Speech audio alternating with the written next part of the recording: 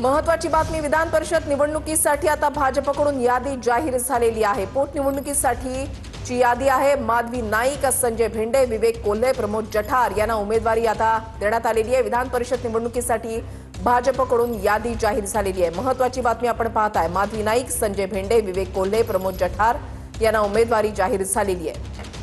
भाजपकडून कुणाची नावं समोर येणार या संदर्भात अनेक चर्चा सुरू होत्या। आता नावं जाहीर झालेली आहेत। माधवी नाईक, संजय भेंडे, विवेक कोल्हे, प्रमोद जठार यांची नावं जाहीर झालेली आहेत। भाजपकडून विधान परिषदेसाठी 4 जागा आणि आता ही 4 नावं जाहीर झालेली आहेत। विधान परिषद निवडणुकीसाठी भाजपकडून ही नावांची यादी आता जाहीर झालेली आहे। महत्वाची बातमी, मोठी बातमी आताच्या घडीची आपण पाहताय। माधवी नाईक, संजय भेंडे, विवेक कोल्हे आणि प्रमोद जठार यांना उमेदवारी भाजपकडून जाहीर झाली आहे। विधान परिषद निवडणुकीसाठी भाजपकडून ही नावांची यादी जाहीर झालेली आहे। महत्वाची बातमी आपण पाहताय। विधान परिषद निवडणुकीसाठी भाजपकडून यादी जाहीर झाली आहे। 4 नावं जाहीर झालेली आहेत। माधवी नाईक, संजय भेंडे, विवेक कोल्हे आणि प्रमोद जठार यांना आता भाजपकडून उमेदवारी देण्यात आलेली आहे। विधान परिषद निवडणुकीसाठी भाजपकडून ही यादी जाहीर झाली आहे। भाजपकडून विधान परिषदेसाठी आपल्याला उमेदवारी मिळावी यासाठी अनेकांचे प्रयत्न जे आहेत ते सुरू होते, अनेक चर्चा ज्या आहेत त्या सुरू होत्या आणि आता भाजपकडून या 4 नावांवर शिक्कामोर्तब करण्यात आलंय। विधान परिषद निवडणुकीसाठी भाजपची ही यादी जाहीर झाली आहे। माधवी नाईक, संजय भेंडे, विवेक कोल्हे, प्रमोद जठार यांना उमेदवारी देण्यात आली आहे। विनायक डावरुंग आमचे प्रतिनिधी या संदर्भातली अधिक माहिती देतील। विनायक, 5 नावं जी आहेत ती विधान परिषदेची जाहीर जी आहे ती झालेली आपल्याला पाहायला मिळतात। त्यामध्ये सुनील कर्जतकर, त्याचप्रमाणे माधवी नाईक, संजय भेंडे, विवेक कोल्हे आणि प्रमोद जठार अशी ही 5 नावं जी आहेत ती विधान परिषदेसाठी आपल्याला पाहायला मिळतात। अनेक नावं जी आहेत ती चर्चेत होती, परंतु भाजप नेहमीप्रमाणे धक्कातंत्र जो आहे तो भाजपने वापरला पाहायला मिळतोय। कोकणात संधी जी आहे प्रमोद जठारांना गेल्या अनेक वर्षापासून नाव जे आहे ते त्यांचे चर्चेत होतं, त्यांना संधी देण्यात आलेली आहे। विवेक कोल्हे स्नेहलता कोल्हे यांचे सुपुत्र आहेत। त्यांना अमित शहांनी स्वतः विधानसभेच्या वेळी विश्वास जो आहे तो व्यक्त केला होता, सन्मान जो आहे तो पुढील काळात केली जाईल, त्यामुळे विवेक कोल्हे यांना सुद्धा संधी देण्यात आलेली आपल्याला पाहायला मिळते। माधवी नाईक जे आहे ते महामंत्री आहेत, पक्षाचं काम गेल्या अनेक वर्षापासून ते करतायत, त्यामुळे त्यांना सुद्धा संधी जी आहे ती देण्यात आलेली आहे। तर दुसरीकडे सुनील कर्जतकर यांना सुद्धा आपण जर पाहिलं तर संधी देण्यात आलेली आपल्याला पाहायला मिळते आणि पोटनिवडणुकीसाठी प्रज्ञा सातव यांचं नाव जे आहे ते भाजपकडनं जाहीर करण्यात आलंय। विनायक, जर आपण या ठिकाणी पाहिलं तर सर्वच अनुषंगाने विचार करून या नावांवर शिक्कामोर्तब करण्यात आलंय।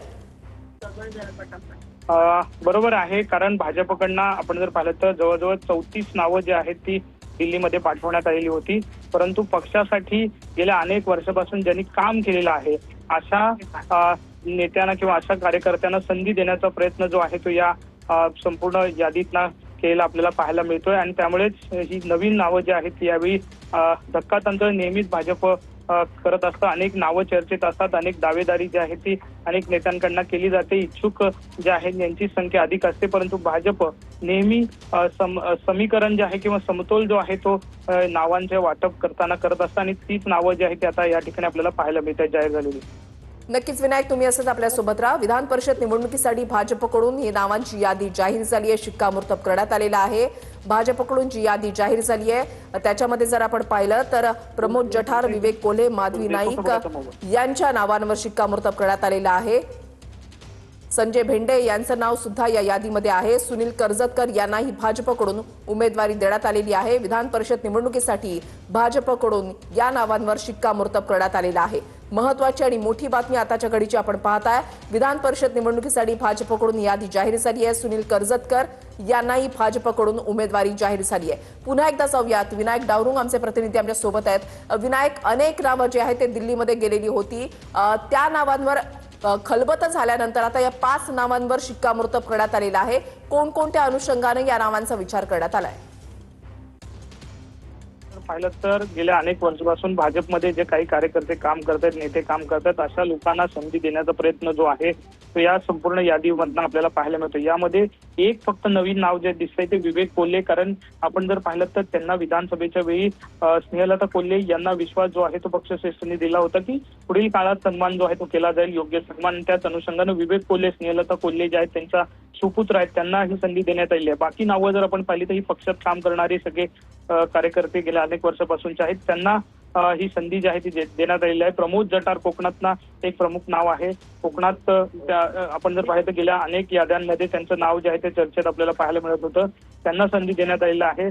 ठाण्यामधून माधवी नाईक यांना संधी देण्यात आली आहे. गेली अनेक वर्ष माधवी नाईक जे आहे ते पक्षाचं काम करतायत. महामंत्री म्हणून त्यांनी काम केलेलं आहे. मागच्या टर्म मध्ये बावनकुळे प्रदेश अध्यक्ष होते तेव्हा काळ असेल किंवा आता सुद्धा त्या महामंत्री म्हणून काम करताना आपल्याला पाहायला मिळत आहे. त्यामुळे त्यांना सुद्धा एक महिला म्हणून तो चेहरा जो आहे तो माधवी नाईकांचा पुढे करण्यात आलेला आपल्याला पाहायला मिळतोय. संजय भेंडे यांना सुद्धा संधी जी आहे ती पक्षाकडून देण्यात आलेली आहे. त्यांनी सुद्धा पक्षासाठी गेले अनेक वर्ष काम केलेलं पाहायला मिळतं आणि सुनील कर्जतकर एक RSS किंवा संघाचा एक चेहरा म्हणून त्यांच्याकडे पाहिलं जातं आणि त्यांना सुद्धा ही संधी जी आहे ती देण्यात आलेली. धन्यवाद विनायक दिलेल्या सविस्तर माहितीसाठी.